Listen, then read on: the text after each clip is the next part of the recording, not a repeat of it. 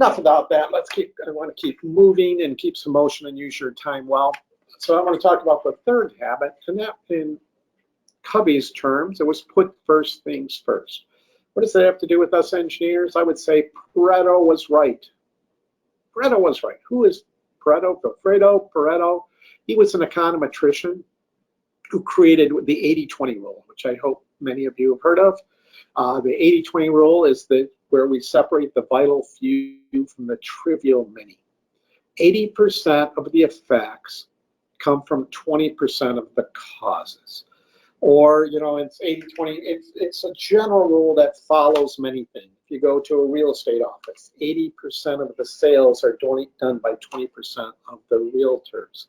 If you get into retail business, 80% of the revenue comes from 20% of the things on the shelves. So you have the vital few and the trivial many. What we want to do is make sure we're always focused on the vital few. So a corollary to focus on the vital few is ignore the trivial many unless they become vital. And they would become vital if, for example, if we lower the water to expose the rocks by getting rid of the high impact vital few and taking care of them, then the other ones will rise in importance. How do you know which ones are vital few? Hey, again, there's gonna be a common theme across this presentation, I think, is test, don't guess. So in the hypothesis, we want to test that. Here I want to test what is important and what is not important.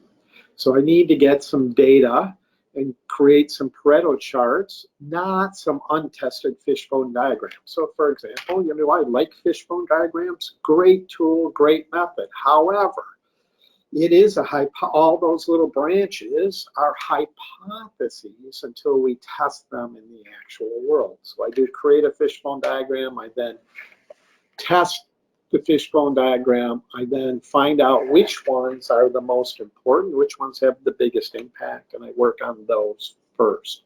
I ignore all the small stuff. So it's really about choosing how to spend my time and how to spend your time wisely. If you want to improve your performance, spend your time on the most important things. Spend your time on the most timely things. This could be in terms of a fact, or it could be in terms of importance from a time perspective.